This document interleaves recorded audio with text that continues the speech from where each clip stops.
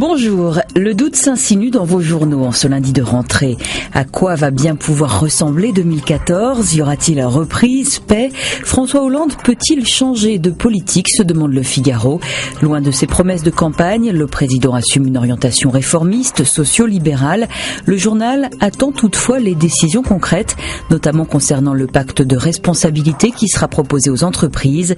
Quid aussi des impôts, des dépenses de santé, du chômage ? Ces mêmes questions sont décortiquées dans Les Échos qui estiment que ce premier semestre sera décisif pour le chef de l'État. Dans Le Monde, une première réponse aux nouvelles orientations promises, celle du patron des patrons Pierre Gattaz.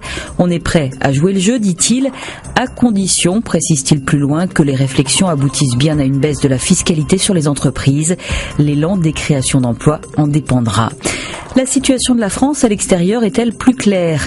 Pas vraiment si l'on en croit Libération.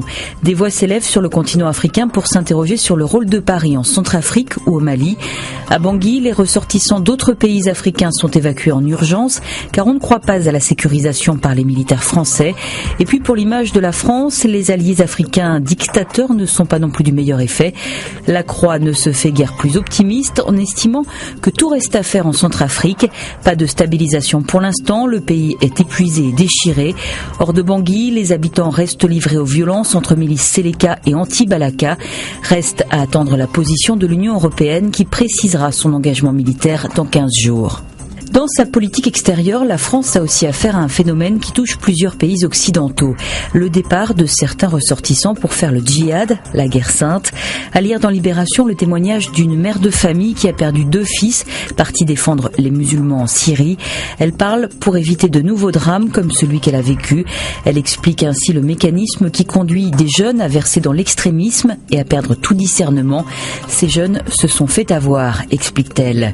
2014 sera-t-elle donc une année résolument négative? Pour la note d'optimisme, direction le quotidien 20 minutes qui nous donne quelques bonnes nouvelles. Le salaire minimum est en hausse, les commissions d'intervention à la banque vont être plafonnées et la TVA baisse sur les préservatifs. Là où il y a de l'amour et des jeunes, il y a de l'espoir. Sachez donc que selon un sondage, ces jeunes pensent majoritairement que 2014 sera moins pire que 2013. Les vœux de cette génération formeront donc l'image du jour. Ils nous souhaitent avant toute chose la baisse du chômage. Bonne lecture, à demain.